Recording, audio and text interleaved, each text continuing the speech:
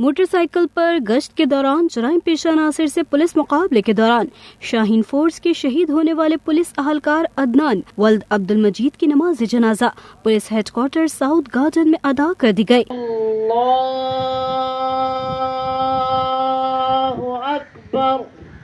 اس موقع پر پولیس کے چاقو چوبند دستے نے شہید کو سلام پیش کیا اور پھولوں کی چادر چڑھائی۔